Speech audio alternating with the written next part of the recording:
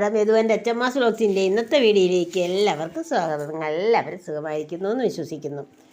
ഇന്ന് ഞാൻ നിങ്ങളുമായി ഷെയർ ചെയ്യാൻ പോകുന്നത് ഒരു കടലപ്രഥമനാണ്. കടലപ്പരിപ്പ് കൊണ്ടുള്ള പായസം. അതിന് വേണ്ടിയിട്ട് 1/2 കിലോ കടലപ്പരിപ്പാണ് ഞാൻ എടുത്തിട്ടുള്ളത്. അതിനെ ഇനി നല്ലതുപോലെ കഴുകിയതിന് ശേഷം ഒരു കുക്കറിൽ വെച്ച് വേവിക്കാൻ പോവുകയാണ്.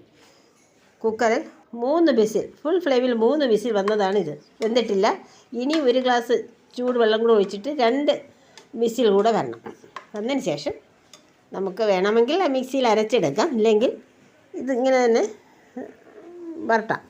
ഇത് 750 ഗ്രാം ശർക്കര, അതിന് വേണ്ടിയിട്ട് ഞാൻ ഉരുക്കി വച്ചിരിക്കുകയാണ്. ഏലക്കായും പഞ്ചസാരയും ചേർത്ത് പൊടിച്ചതാണ്.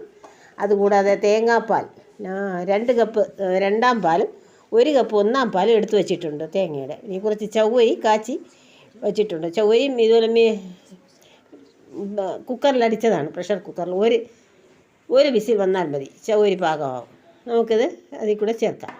ഞാനതിന് ഈ ശർക്കരയും നെയ്യും ചേർത്ത് ഈ വേവിച്ച് ഉടച്ച കടലപ്പരിപ്പ് വരട്ടി പാകമായി വരികയാണ്. പാത്രത്തിൽ നിന്നൊക്കെ വിട്ടു തുടങ്ങി. ഇനി ഇതിലേക്ക് രണ്ടാം പാൽ, തേങ്ങയുടെ രണ്ടാം പാൽ ആദ്യം ഒഴിക്കും. രണ്ടാം പാൽ ഒഴിച്ച് തിളച്ച്, ഇതാണ് രണ്ടാം പാൽ, 2 കപ്പ്. തിളച്ച് കുറുകി വരുമ്പോഴേക്കും കുറുകി വരുമ്പോഴേക്കും നമ്മൾ ചവ്വരി ചേർക്കും. ചവ്വരി ചേർത്ത് ഏലക്ക പൊടിച്ചതും ചുക്കുപൊടിയും മസ്റ്റാണ് ഇതിന്. ചുക്കുപൊടിയും ചവ്വരിയും കടലപ്രഥമനും മസ്റ്റാണ്. അടപ്രഥമനാണെങ്കിൽ ഓപ്ഷണലാണ്. ഞാനിപ്പോൾ എല്ലാം ചേർത്തു, ഞാൻ പറഞ്ഞ സാധനങ്ങളെല്ലാം ചേർത്തു. ഒരു ലേശം ഉപ്പും കൂടി ചേർത്തു. ഒന്നാം പാൽ ഒഴിച്ചു. ഇനി ഇതിനെ കടുക് വറുക്കണം. ഒന്നാം പാൽ ഒഴിഞ്ഞ ഉടൻ തന്നെ നമ്മൾ ഗ്യാസ് ഓഫ് ചെയ്യും. ഓഫ് ചെയ്തിട്ട് ബാക്കിയുള്ള ചേരുവകളെല്ലാം ചേർത്തു, ചവ്വരി ചേർത്തു. ഇനി കടുക് വറുത്താൽ മാത്രം മതി. കടുക് വറുക്കുന്നതിന് വേണ്ടിയിട്ട് എടുത്ത് വച്ചിരിക്കുന്നതാണ് ഈ അണ്ടിപ്പരിപ്പും മുന്തിരിങ്ങാപ്പഴവും. ഇതിന്